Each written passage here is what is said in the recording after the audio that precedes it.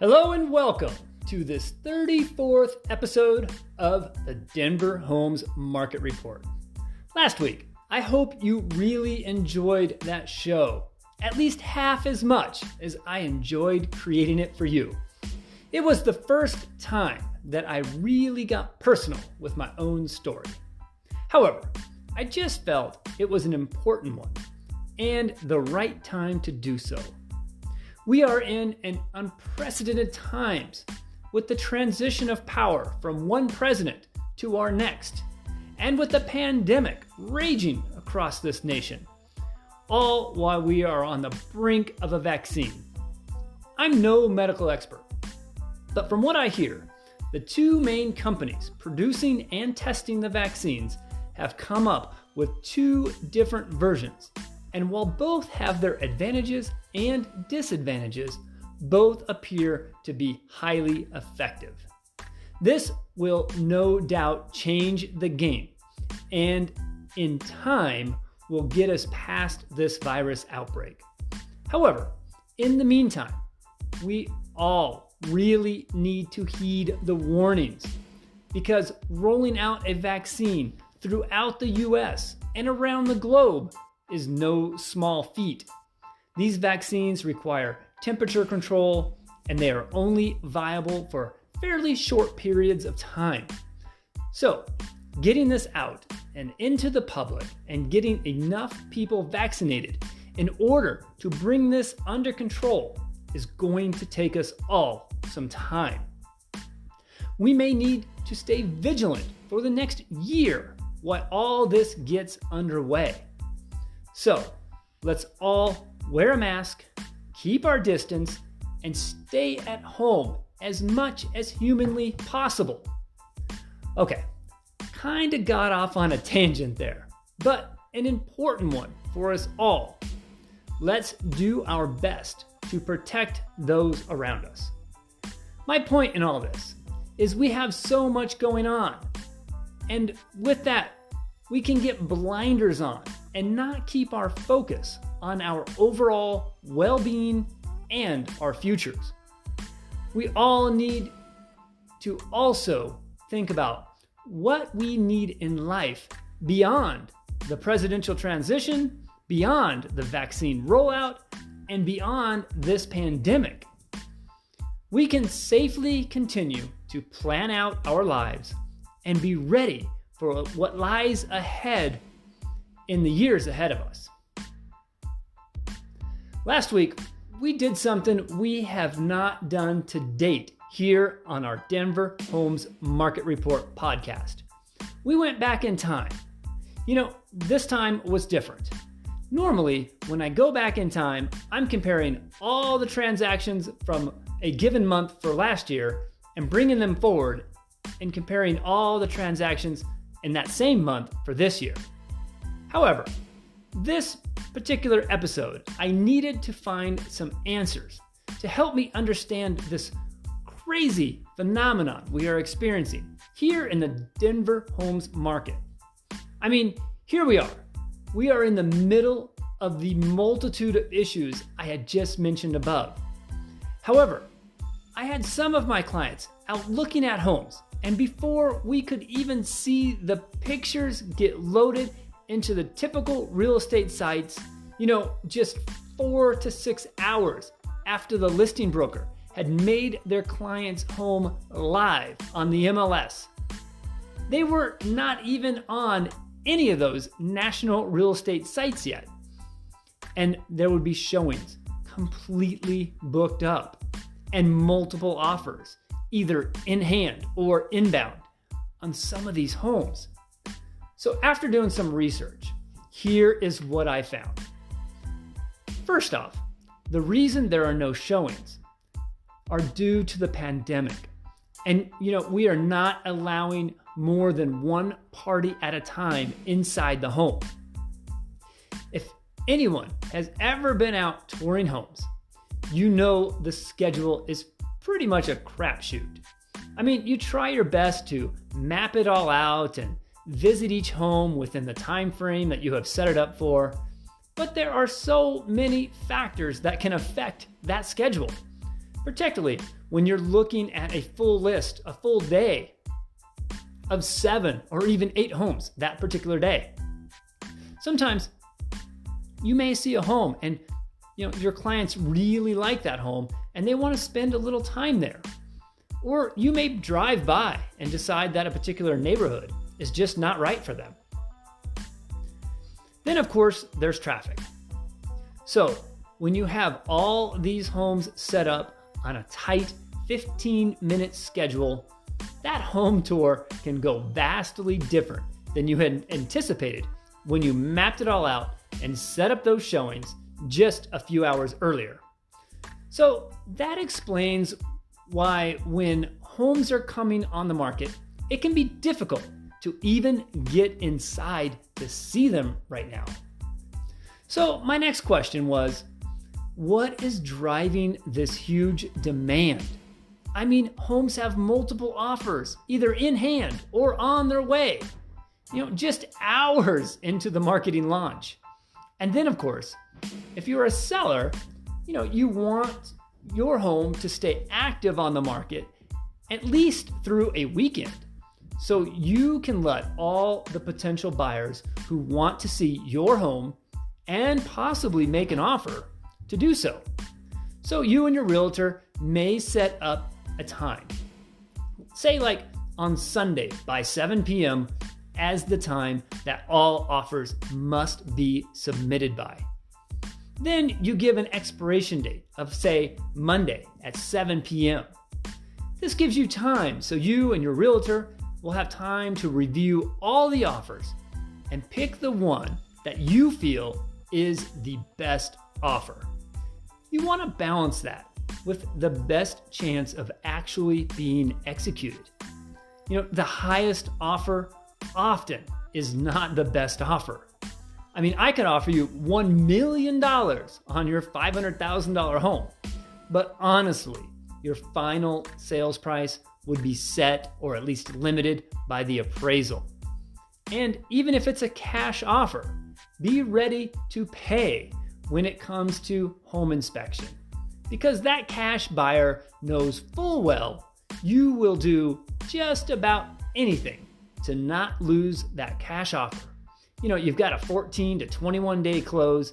You really will pretty much do whatever repairs they ask for because you don't want them to walk away. So yes, a cash offer has its advantages, but it also gives that buyer a leg up. Then of course, you get into appraisal gaps. If it's a financed deal, as most of them are, and that can help to some extent. But it's important to look at all aspects of your offer. The sales price is important, but so are the financing terms, the experience of the broker who's representing that potential buyer, and the type of financing they are seeking, and how far along in that process of approval they happen to be. There are many factors that you as the seller may not be doing all the research and the groundwork yourself. I mean, that's part of the reason you hire a realtor. But you need to be confident you hired the right broker to represent you and advocate on your behalf. You may not get everything you want, and that's okay. I mean, it's not called negotiations for nothing. The hope is that all parties close the deal and feel they got a fair shake. Buyers are happy, they bought the home, and with all its faults, it remains a good buy. The seller also hopefully feels they sold the home in good conscience and at a fair price. So that brings me to my next point here. We have this huge demand. I mean, there are buyers coming out of the woodwork from all angles. Well, part of that is due to the fact that Denver is a growing hub for business. There are companies from all over. Let's just use one example here. Think of the property values in Silicon Valley and the surrounding areas, where the average home price is over $2 million. These companies are now realizing in the middle of this pandemic, many employees who primarily work from a computer do not have to live or even be in Silicon Valley to do their jobs. So why not look to areas where the average home price, instead of being over $2 million, is around $600,000?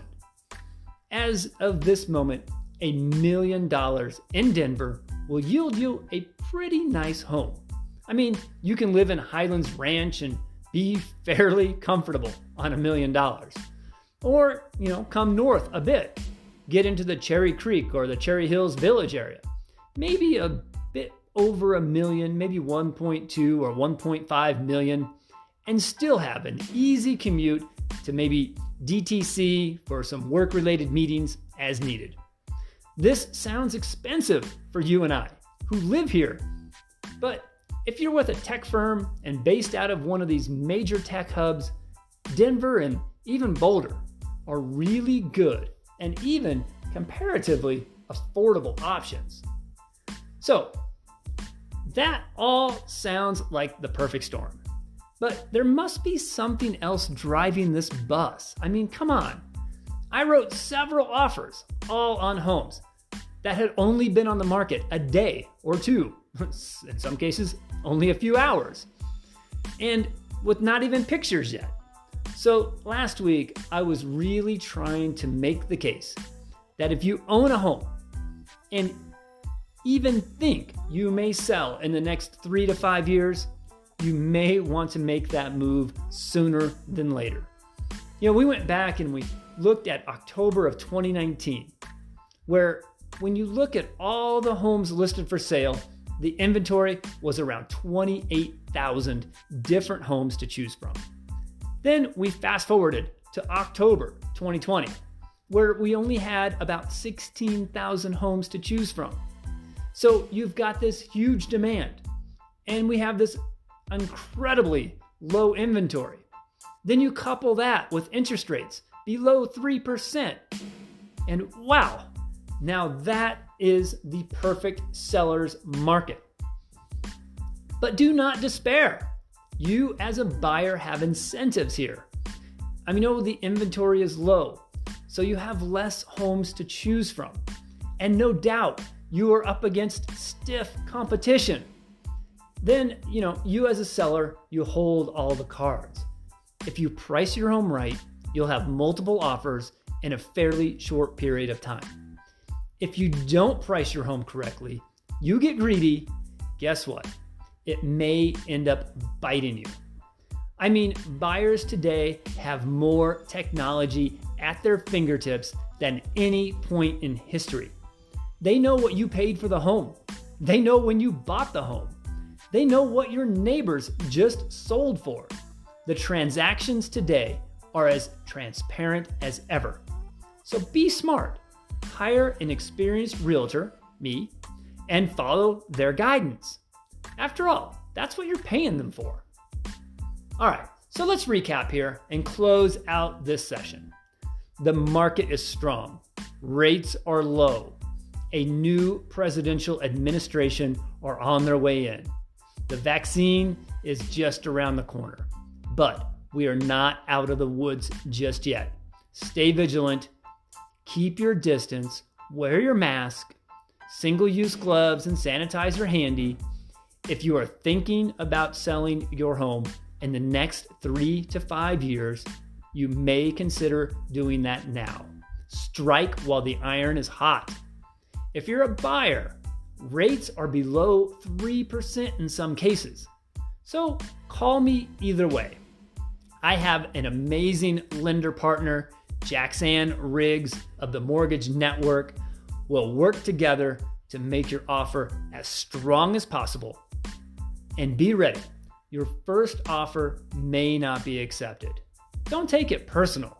Don't lose hope. Stay in the trenches with me every single day. And by the way, I hope your realtor is me, of course. We will work together to find your home and then successfully win the war and finally execute your contract with precision. My number here, 720-688-5110. Also, please visit my website, www.denverhomesmarket.com. And yes, of course, subscribe to my podcast, The Denver Homes Market Report. This is Ricky Schoonover of Mode Real Estate, wishing you a safe, quiet, low-key, and private Thanksgiving. I will produce a Thanksgiving show, so please tune in for that.